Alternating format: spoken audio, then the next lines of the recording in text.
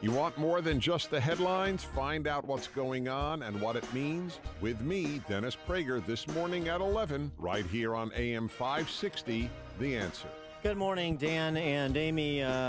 Chris Walsh's program on Sunday featured a couple of good interviews. We played a clip from House Homeland Security Committee Chairman Mike McCall earlier. He also pulled back in Obama's Department of Homeland Security Secretary Jay Johnson, who was reminded of what the Obama administration policy was, and Jay Johnson embraced it. Without a doubt, the images and the reality from 2014, just like 2018, are not pretty. And so we expanded family detention. We had then 34,000 beds for family detention, only 95 of 34,000 equipped to deal with families. So we expanded it. I freely admit it was controversial. We believed it was necessary at the time. I still believe it is necessary to maintain a certain capability for families. We can't have catch and release. And in my 3 years, we deported or repatriated or returned over 1 million people. So, by the way, so those just coming to this issue because they're just paying attention because it's Trump and the D.C. press corps is whipping them into a frenzy. The policy under President Obama and President Bush before him, and Jay Johnson is saying that's the right call, and it's a difficult situation, and catch and release doesn't work, which is what we've reverted back to because of Trump's executive order and the lack of a congressional fix to this juncture. And Jay Johnson went further in this discussion of catch and release to explain why it doesn't work, give those people that are just emoting some of the data so they understand the scope of the problem and thus the complications associated with any proposed solution. The practical result of the program that the Obama administration put in was that you had to release. You caught and had to release some of the people with a promise and sometimes an ankle bracelet that they would come back. I want to put up some numbers on the screen because according to government numbers, 74% of those who were released showed up for their hearings last year. But that still left almost 40,000 people who didn't show up for deportation hearings. So catch and release, which is what the practical effect was under the Obama administration and until this year for the Trump administration, that doesn't really work either, does it?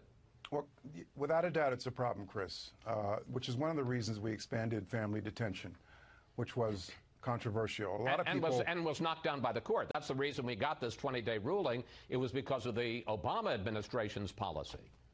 Well, we expanded family detention, and then we ran into the issue of the Flores case, which you mentioned a moment ago.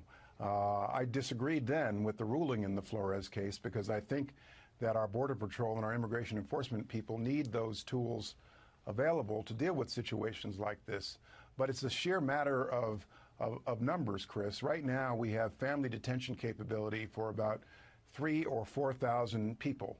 And you've got over 1,000 migrants crossing the border a day in Central America. And so even if you emptied it out completely today, it would fill back up in a matter of days. Right. Yeah, I think I misspoke. I said 1,000 a month earlier. 1,000 a day. 1,000 a day. That's the scope of the problem. So you want to direct your hysteria Jay Johnson's way, no justice, no peace, Maxine, and the rest of the leftists and the CNN and the cable news networks? I mean, there's the level-headed reality on the ground from a former Homeland Security Secretary, the same reality on the ground that Christian Nielsen and the Trump administration are facing. Now propose something, left, and frankly, Republicans in the House and Senate, move something on the topic. For more on both, we're pleased to be joined by our friend Mike Gallagher, host of the eponymous Mike Gallagher Show, which follows our show weekdays 9 to 11 on these airwaves. Mike, thanks for joining us. Appreciate it. Greetings from the Rio Grande Valley, or the RGV, as they call it around these parts. We're from Weslaco, Texas. Yeah, you're stalking Melania Trump, as we understand it. Actually, yesterday I stalked Elizabeth Warren, and it was an awkward moment because as she was holding her usual press conference and carrying on outside a family detention center about 2 miles from where I'm sitting right now, And of course, she was surrounded by a scrum of cameras and reporters and expressing her deep concerns and, all the usual Democrat talking points. I was so tempted to start yelling, Pocahontas, Pocahontas, Pocahontas. I thought, they'll drag me out of here. I won't be able to broadcast on Monday. But it was interesting to see the little press event there. But guys, it has been an amazing journey. I mean, I've been taken all around the border. I've had a great tour of McAllen. I did go to where Mrs. Trump visited the other day when she appeared with that peculiar jacket at the Immigrants Children's Processing Center, and got to see that. I've been to a couple of family detention centers. I went into Mexico yesterday. I did some of my pre-recording from the Mexican side of the border and some shopping, going back and forth.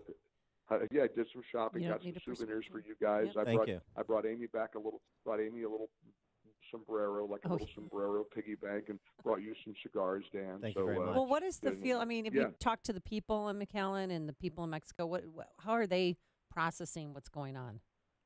Well, I mean, this is a new problem. This is not a new problem for them, Amy. As you guys just mentioned, this has been happening for years. I think they're a little bit grateful that there's a big international media focus on this, because they want this problem fixed. Now, make no mistake, this is a blue area.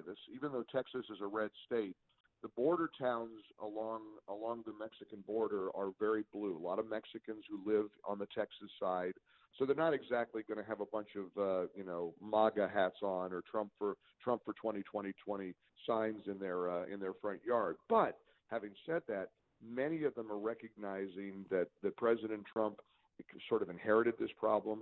The family's being torn apart. I visited and interviewed Sister Norma, who runs Catholic Charities, and she went into business with her shelter and her facility in 2014 because children were being separated from their parents. And so one of the big lies has been all this began under Donald Trump.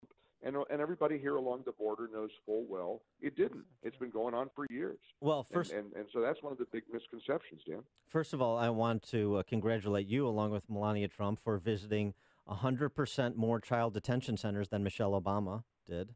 So congratulations on that accomplishment. Number one.